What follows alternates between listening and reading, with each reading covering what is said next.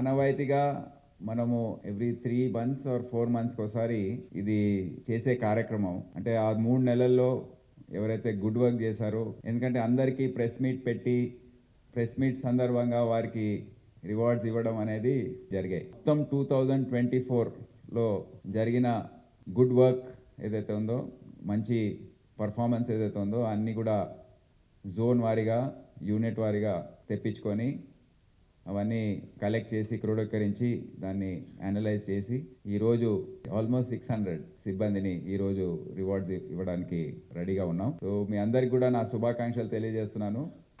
మీరందరు కష్టపడి ఈ విధంగా ఒక డెడికేషన్తో మీ డ్యూటీస్ చేస్తున్నారు కనుక ఈరోజు సమాజం నిలబడి ఉంది.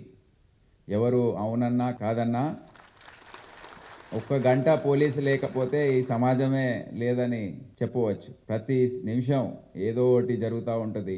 ఏ గొడవలు, గ్రూప్స్, లా అండ్ ఆర్డర్, దొంగలు, రౌడీలు, వీళ్ళందరూ ఇంత పెద్ద జనాభా ఉన్న దేశం మనది, 142 crore. ఇక ఇంత జనాభా 80 లక్షలు హైదరాబాద్ సిటీలో, మనమేమో 15-16 వేల మంది.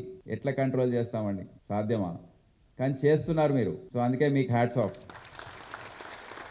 సో మీరందరూ ఈ విధంగా కష్టపడితే కానీ ఈ రాష్ట్రానికి క్యాపిటల్గా ఉన్న హైదరాబాద్ సిటీలో, ఇంత జనాభా ఉన్న సిటీలో ఎవరు వస్తారు, ఎవరు వెళ్తారు? అవుట్ సైడ్ నుంచి వచ్చి వెళ్ళే పాపులేషనే 20 లక్షలు అని అంటారు.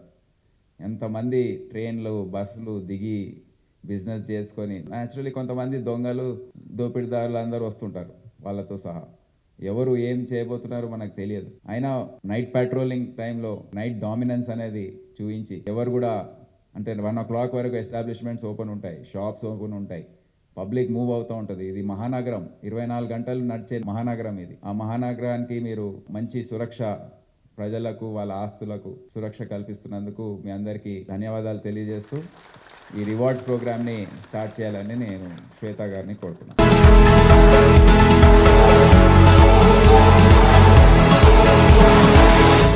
सभी को मुबारकबाद देता हूँ, अंदर की शुभाकांक्षलु. Well done, keep it up. Happy 2025.